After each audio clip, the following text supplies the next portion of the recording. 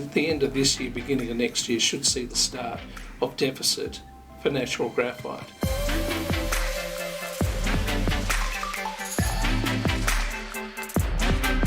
Hello and welcome to another episode of Paydirt TV. Today I'm joined by Tom Revy of BlackEarth Minerals. Tom, thanks for coming in today. Thanks very much, Fraser. You know, it's not often that we have a graphite company coming into the Paydirt TV studio. Could you explain to our viewers a little bit about graphite's uses and where the market is at the moment? Sure, it's an industry in transformation, if you like. The uses are extraordinarily wide, primarily because of the, not to get complex about it, but the physical and chemical attributes of the product. And so, you know, we're talking about a broad range of products: pencils, lubricants, batteries, obviously high profile, refractory needs in furnaces, fire retardant materials, etc. Obviously, we've seen a significant increase in terms of battery demand in recent times, and over the last 12 months that's been driven by the lithium-ion batteries, which is obviously strongly supported the marketplace. We've seen prices increase quite significantly over the last 6 months, but probably only to where they have been long term. And for BlackEarth, you have your finger in the graphite industry through the Mineri project in Madagascar. Can you tell us what the current timeline of events are like for that? Sure.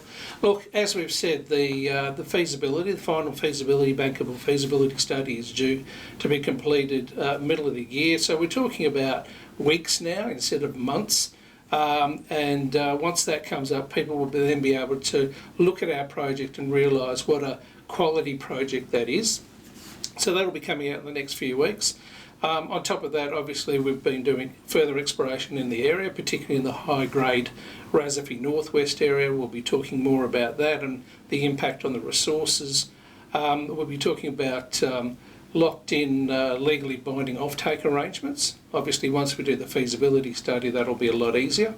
And so there'll be a raft of good news stories moving forward. By the end of the year, we're certainly hoping to have project finance in place. And if we've got all our permits, etc., in place by then we're looking at a Q1 start for construction next year. And some of the other players in the graphite industry on the ASX are in spots like Tanzania. Why is BlackEarth Minerals in Madagascar? What are the benefits of exploring there? Well, Madagascar, as you know, has been producing quality graphite for over 100 years. So when you talk to off-takers and you say that you're from Madagascar and the product will be coming from Madagascar, it gives them a sense of relief because it is an area of choice for graphite product. Secondly, in terms of building a project there, you know, in Madagascar there is a right to have 100% ownership even as a foreign entity in any mining project, which is quite unique.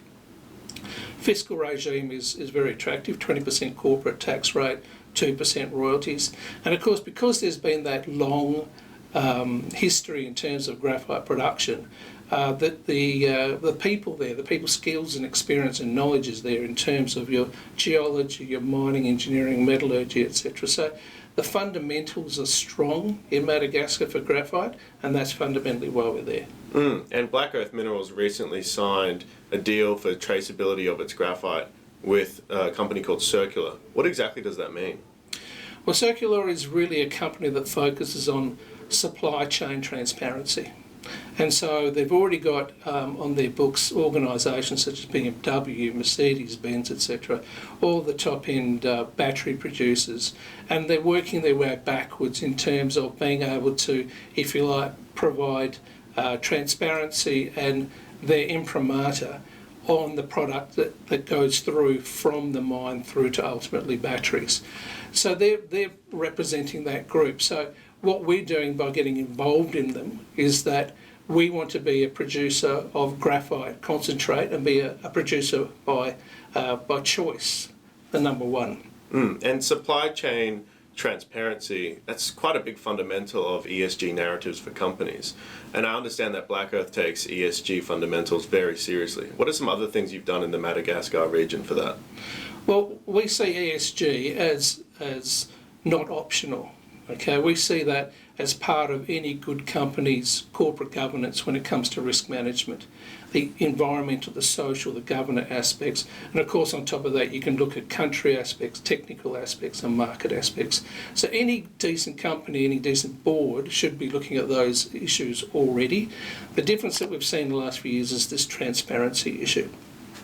For us, since we started the company back in 2016-17 and consequently listed in 18, we've been heavily involved at every level. Our country manager, for example, is the chairman of the Chamber of Mines for Madagascar. And we certainly encourage his presence there. We've also been heavily involved on the education side, the health side. We built a health clinic for the locals not that long ago, and we're a proud sponsor of Australian Doctors for Africa in the region as well.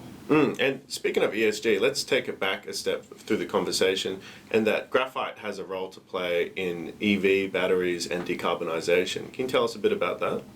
Yeah, I mean, you can't look at the world from a decarbonisation point of view without incorporating graphite into that commentary. So it's fundamental, and whether that's electric vehicles or whether that's stationary battery for energy storage, ultimately energy management moving forward will involve graphite. And people are familiar with the fact that graphite is used in lithium-ion batteries, probably not to the extent. It's the single largest component into a lithium-ion battery of about 50-60 kilos in your typical EV. But on top of that, as the world looks for broader batteries in terms of hydrogen fuel cells, vanadium, redox batteries, graphite's a critical component in that as well, and that it's basically creates the bipolar plates. Again, not to get technical, but it's a critical component of those fuel cells moving forward. So whatever you're talking about, if you're talking about decarbonising this earth and global responsibility, graphite is a key component. Does that mean that we could be facing a deficit of graphite supply in the near term then? Well, if you look at the statistics from the point of view of whether it's the old Roscoe, which is now Wood Mackenzie, and of course Benchmark out of the UK, they're all drawing conclusions that at the end of this year, beginning of next year, should see the start of deficit for natural graphite. It's very hard to qualify, particularly for the battery side of things, and that takes years.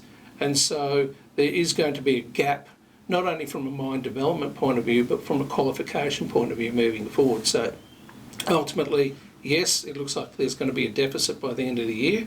That will be very positive for the pricing in terms of graphite, but graphite still has a long way to go in terms of price increase compared to the price increases we've seen of some of the other critical commodities. It sounds like a really interesting space to be looking into at the moment. What can we expect next from BlackEarth then? Well, as I said earlier, the feasibility is critical.